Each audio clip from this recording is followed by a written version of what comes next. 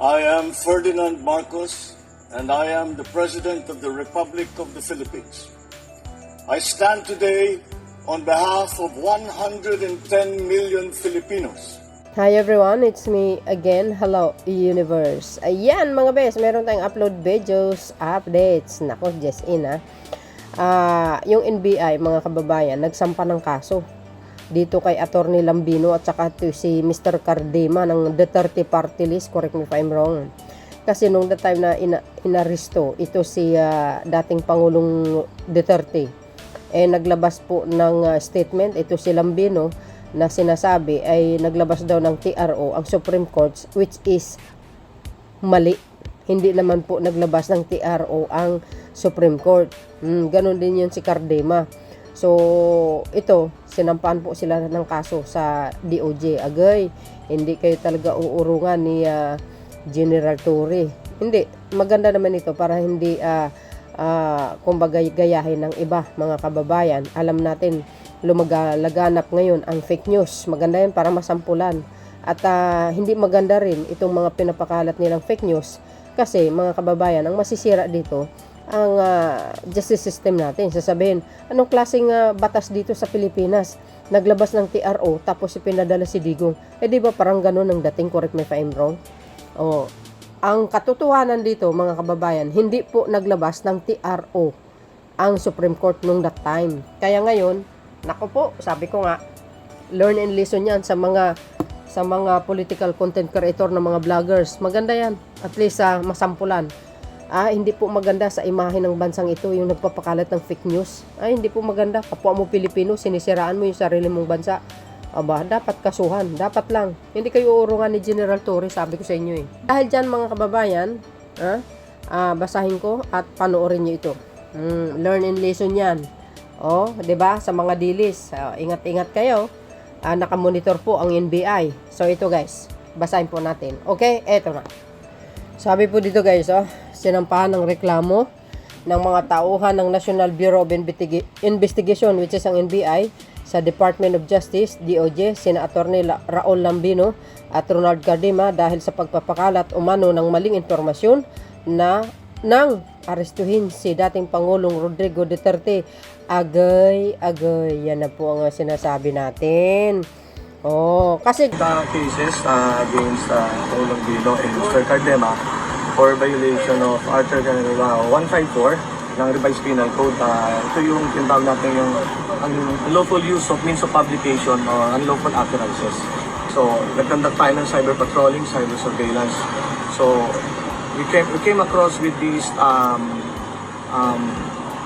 videos sa Facebook, lalo-lalo na yung sa first kay Attorney Raul Lambino sa kanyang Facebook Live where he uttered words that the Supreme Court has already issued a temporary restraining order. So this false news, when published as news, will tend to endanger the public order as well as discredit our state.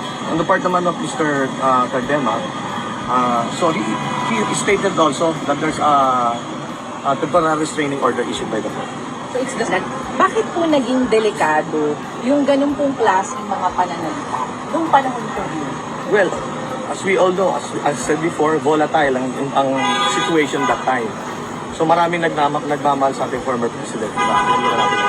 So utterances of such false news, magkikreate siya ng ang pangkaraniwang Pilipino po, kapag na-assume natin na tama ang ganong isang news na merong temporary restraining order, so magkikreate siya na mali ang ginagawa ng ating agents of the state. tama. So yun po ang ating so it will probably yung mga tao will create endangerment sa public kasi ang tao may probably we're currently at this point in time we're monitoring the internet, ang social media platforms and the likes. So be responsible po sa mga vloggers at ating pong mga even media practitioners.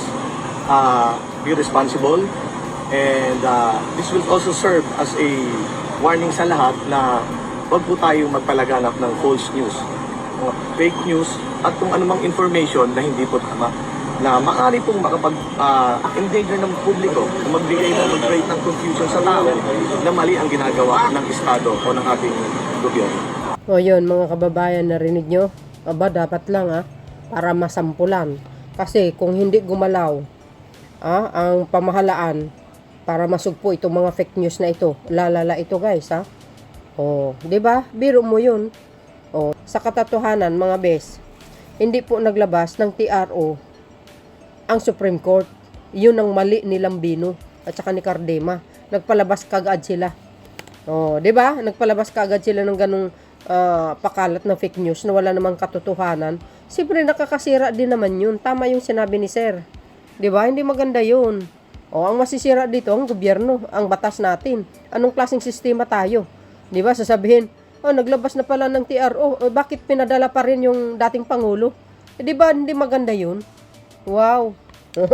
Yan guys correct me if I'm wrong. Alam mo wala tayo alam sa batas pero nakikinig naman po tayo.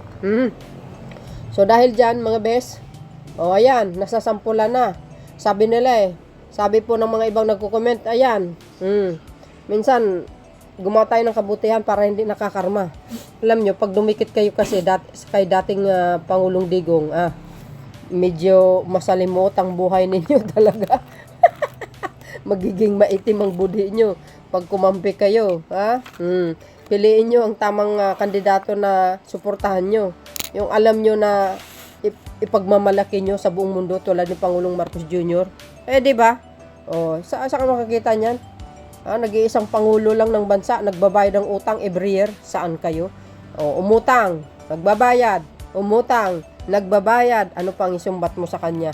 Mga kababayan, ang pinaka-latest updates ko. Thank you for watching. Bye. And babus. God bless Philippines. Hindi kayo uurungin ni General Torre. Humanda kayo, oy.